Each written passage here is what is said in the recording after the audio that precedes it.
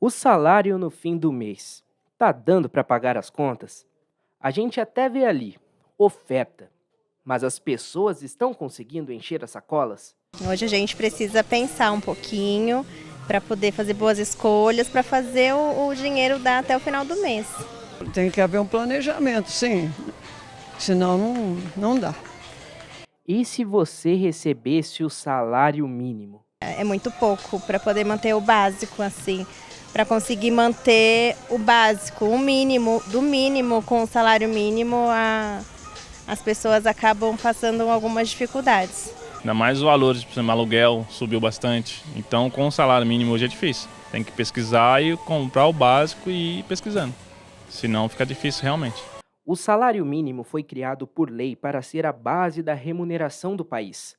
O valor deveria ser o suficiente para suprir as necessidades básicas de quem o recebe. A boa notícia é que em fevereiro o salário mínimo vai ser reajustado, e um reajuste real, de quase 7%. Agora, a remuneração o passa para R$ 1.412, R$ 92 a mais do que o anunciado em 2023. O salário mínimo é um decurso constitucional, é aquele menor salário que poderia ser pago na economia brasileira. Isso de norte a sul, de leste a oeste. Como ele é calculado, né? Ele foi calculado originalmente em cima de uma cesta básica, que seria aquilo que é necessário para uma família se sustentar. Só que ao longo do tempo, né, esse valor de cesta básica foi aumentando, o salário mínimo nem sempre, e aí as coisas ficaram um pouco defasadas hoje daquilo que seria uma cesta básica calculado hoje e o valor do salário mínimo. O último censo do IBGE mostrou que 60% da população brasileira vive com apenas um salário mínimo por mês.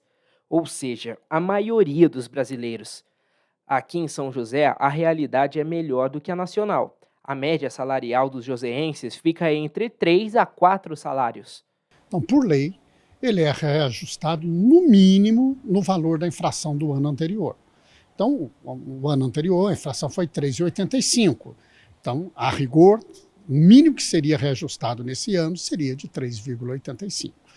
Bom, entretanto, o governo deu 3% a mais, né, que um sobre o outro dá esse 6,97 de aumento do salário mínimo. Isso significa um ganho real em relação à inflação. Há de se convir que R$ 92 não se dá para fazer muito. Agora, a somatória disso injeta na economia aproximadamente 70 bilhões de reais e vai favorecer aí 60 milhões de brasileiros. Um cálculo do Departamento Intersindical de Estatística e Estudos Socioeconômicos apontou que o salário mínimo ideal para uma família de 4 pessoas, por exemplo, seria de aproximadamente R$ 6.500. Valor que é quase 5 vezes maior do que o salário após o reajuste. E para quem precisa dar conta de todas as despesas, como se programar e se organizar para isso? Nós estaríamos pensando uma família vivendo com R$ 1.412.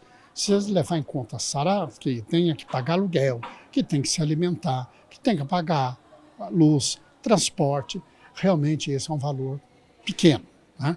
Uma família que está estritamente no nível do salário mínimo, ela está no mínimo da exigência necessária.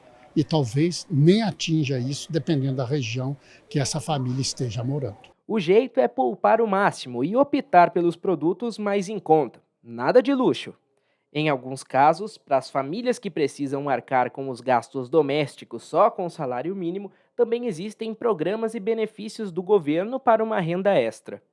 Com controle e organização, o brasileiro vai fazendo o que dá para levar a comida para casa. A gente só pode gastar aquilo que a gente ganha. Então, o que a gente sempre aconselha é ajustar o nosso gasto, o atendimento das nossas necessidades, aquilo que a gente ganha. Não tem outro caminho, né? A pessoa vai ter que buscar produtos mais baratos, serviços mais baratos, vão ter que buscar os programas sociais do governo para ter auxílios, enfim, não existe mágica nisso, né? Ela terá que buscar algum processo que possa, inclusive, aumentar, né, o recebimento de renda extra.